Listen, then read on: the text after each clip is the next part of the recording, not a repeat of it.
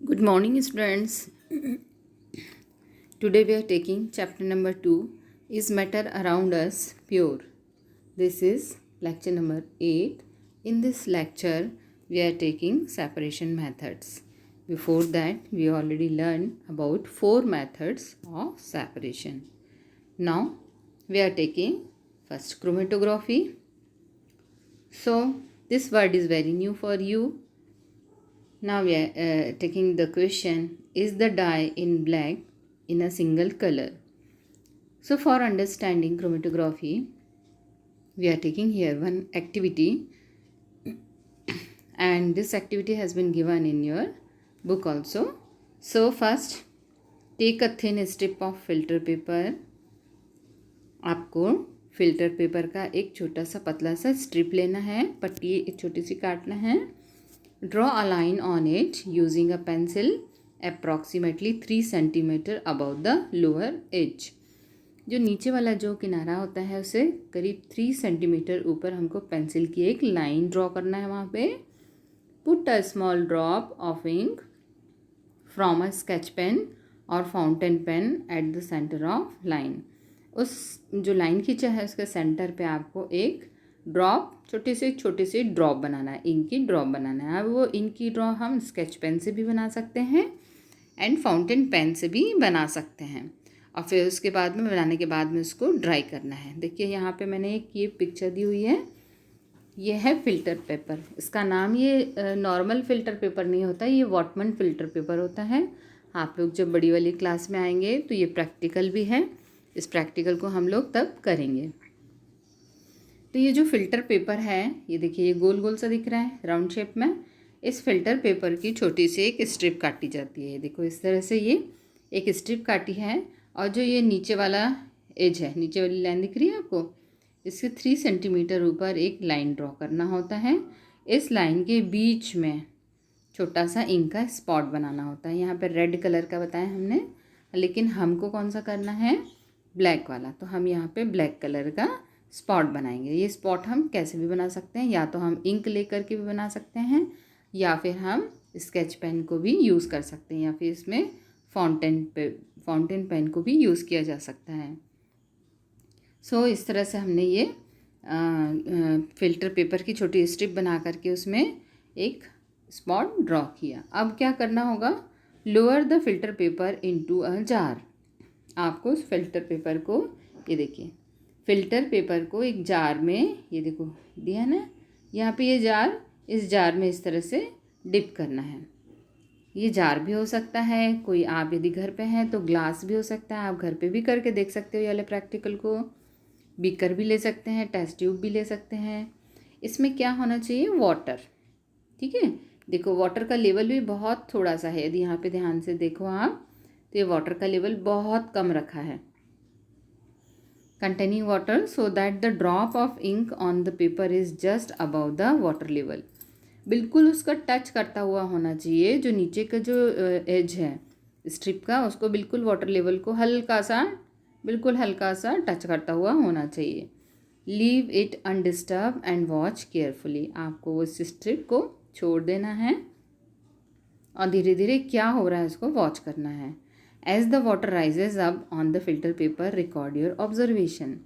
Actually हो क्या रहा होगा वहाँ पे कि जैसे जैसे इसमें से वाटर पार्टिकल ऊपर चढ़ते हैं, तो होते होते वो उस इंक ड्रॉप के पास आते हैं. फिर इंक ड्रॉप के बाद में उसमें जो ब्लैक इंक है, ब्लैक इंक में जो जो भी कलर्स हमने मिलाए हैं वो सारे धीरे धीरे करके सेपरेट होने लगते हैं.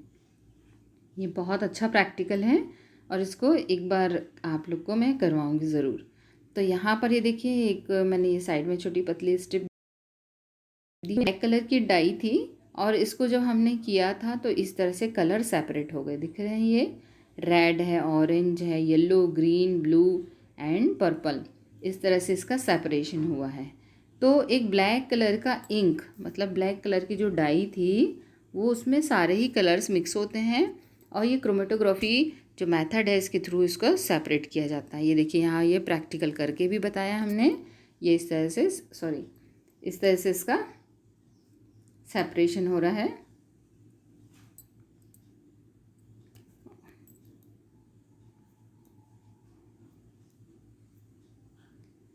ठीक है। तो ये दिया है the colour component that is more soluble in water rises faster. मतलब इन जितने भी कलर्स हैं इनमें जो भी कलर पानी में ज़्यादा सॉल्युबल होता है वो ज़्यादा ऊपर तक जाता है। And in this way the colour get separated. और जो थोड़ा सा कम है वो कलर थोड़ा और नीचे रहेगा, फिर और थोड़ा नीचे रहेगा। इस तरह से ये जो जितने भी कलर्स होते हैं ये सब सेपरेट होते हैं। This process of separation of components of a mixture is known as chromatography. तो वो प्रोसेस जिसमें हमने कम सारे कलर कंपोनेंट्स को सेपरेट किया है इसको हम क्या बोलते हैं? क्रोमेटोग्राफी। सो क्रोमेटोग्राफी का जो क्रोमा वर्ड है, chroma in Greek means colour. Chroma का मतलब क्या होता है? Colour. This technique was first use for separation of colours. Colours को सेपरेट करने के लिए सबसे पहले इस टेक्निक का यूज़ किया गया था।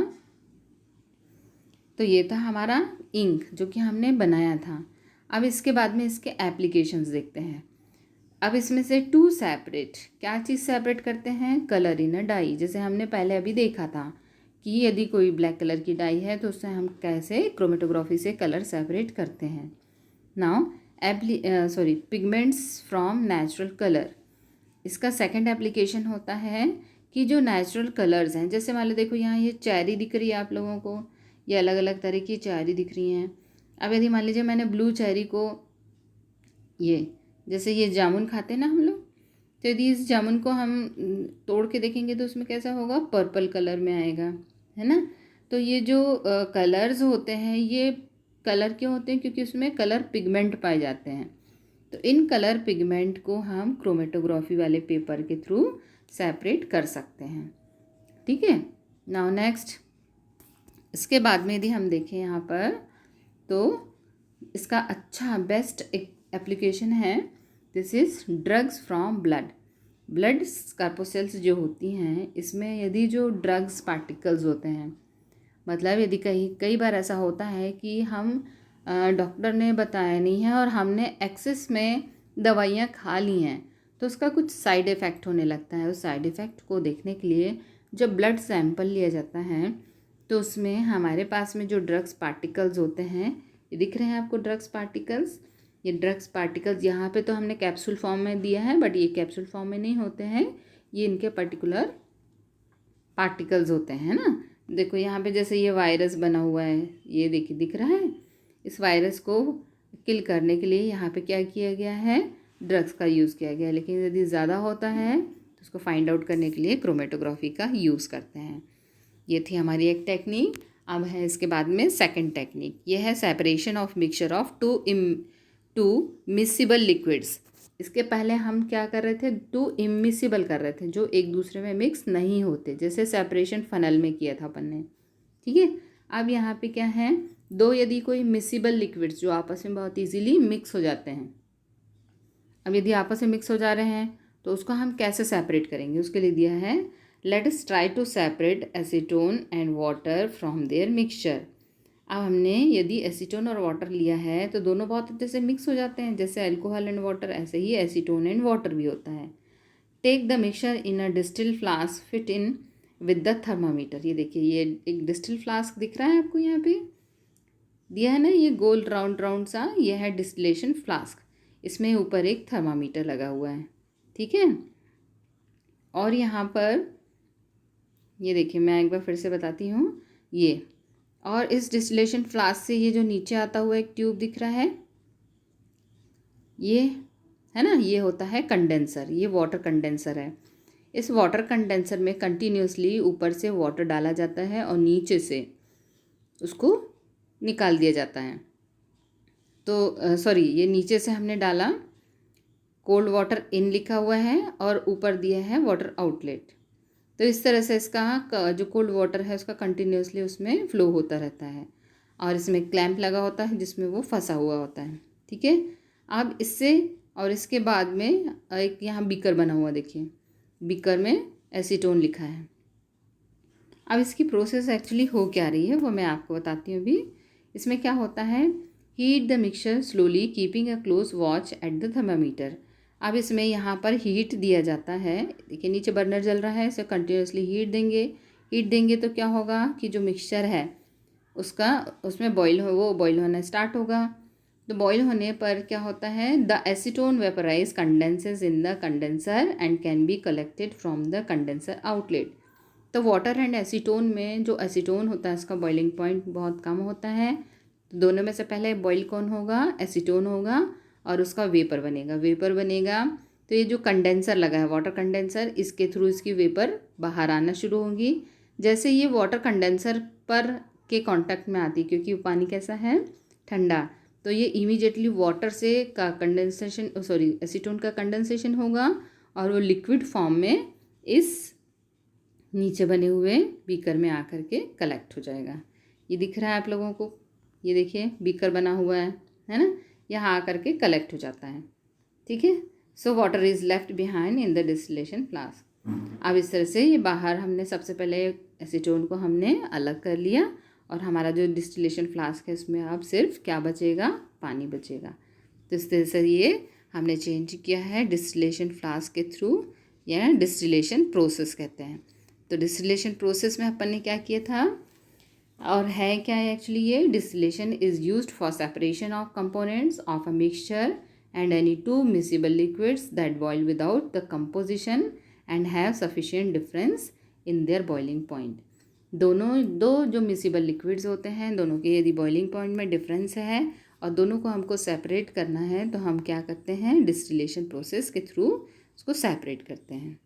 ठीक है, अब ये इसके बेस पे हमने क्वेश्चन दिया हुआ है यहाँ पे। आपने अभी तक जितना पढ़ा है उसके बेस पे हमने क्वेश्चन दिया है। असाइनमेंट है question number 1, name the technique to separate. पहला है बटर फ्रॉम कर्ड। आपने इसके पहले कर चुके हम लोग कि बटर को कर्ड से निकालने के लिए या मिल्क से निकालने के लिए हम किस टेक्निक का यूज़ करते हैं। दूसरा है कैम्फर फ्रॉम सॉल्ट।